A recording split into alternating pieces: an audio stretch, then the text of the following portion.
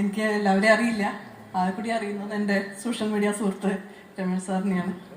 അപ്പോൾ ഞാൻ ഇന്നലെയാണ് ചോദിച്ചത്, ഇങ്ങനെ ഒരു സിനിമയൊക്കെ ഉണ്ടായിരുന്നു അല്ലേ, എന്തുകൊണ്ട് എന്നെ വിളിച്ചില്ല എന്ന് ഞാൻ ചോദിക്കുകയുണ്ടായി. കാരണം ഞാൻ എപ്പോഴും എഴുത്തുകളിലാണെങ്കിലും നൃത്തത്തിലാണെങ്കിലും റീലിലാണെങ്കിലും എല്ലാം എൻ്റെ സബ്ജക്റ്റ് പ്രണയമാണ്. അപ്പോൾ ഇത്രയും പ്രണയമുള്ള ഒരാൾ ഇവിടെ അടുത്തുണ്ടായിട്ട് എന്തുകൊണ്ട് ഓർത്തില്ല എന്നുള്ളത് ചോദിക്കണം. പക്ഷെ നമുക്കറിയാം, നമ്മൾ ഓരോ തരത്തില ഇപ്പം 2-3 വർഷം മുൻപാണെന്ന് പറഞ്ഞു അല്ലേ. അപ്പം ആ സമയത്ത് ഞാൻ അതിനൊരു മാനസികമായിട്ട് പാവപ്പെട്ടിരുന്നില്ല. എൻ്റെ അമ്മയൊക്കെ മരിച്ചിരിക്കുന്ന ഒരു സമയമായിരിക്കാം.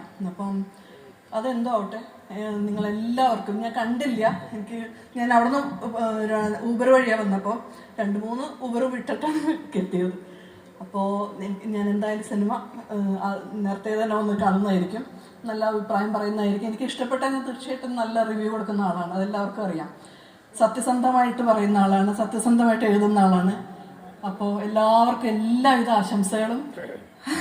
അമ്മയെ കാണാൻ പറ്റിയതിൽ സന്തോഷം. കാരണം നമുക്ക് അമ്മയെ ആലോചിക്കുമ്പോൾ ഒരൊറ്റ ചവിട്ട് വെച്ച് കൊടുത്തിട്ട് ആ പറമ്പിൽ പോയിരുന്നു അല്ലേ, ആ ഡയലോഗ് അല്ല ഓർമ്മ വരിക.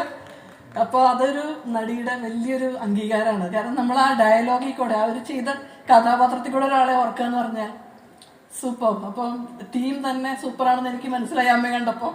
അപ്പം എല്ലാവർക്കും ആശംസകൾ, എല്ലാവർക്കും ഓൾ ദി വെരി ബെസ്റ്റ്. നിങ്ങളുടെ സിനിമ ഒരു വൻ വിജയമാവട്ടെ.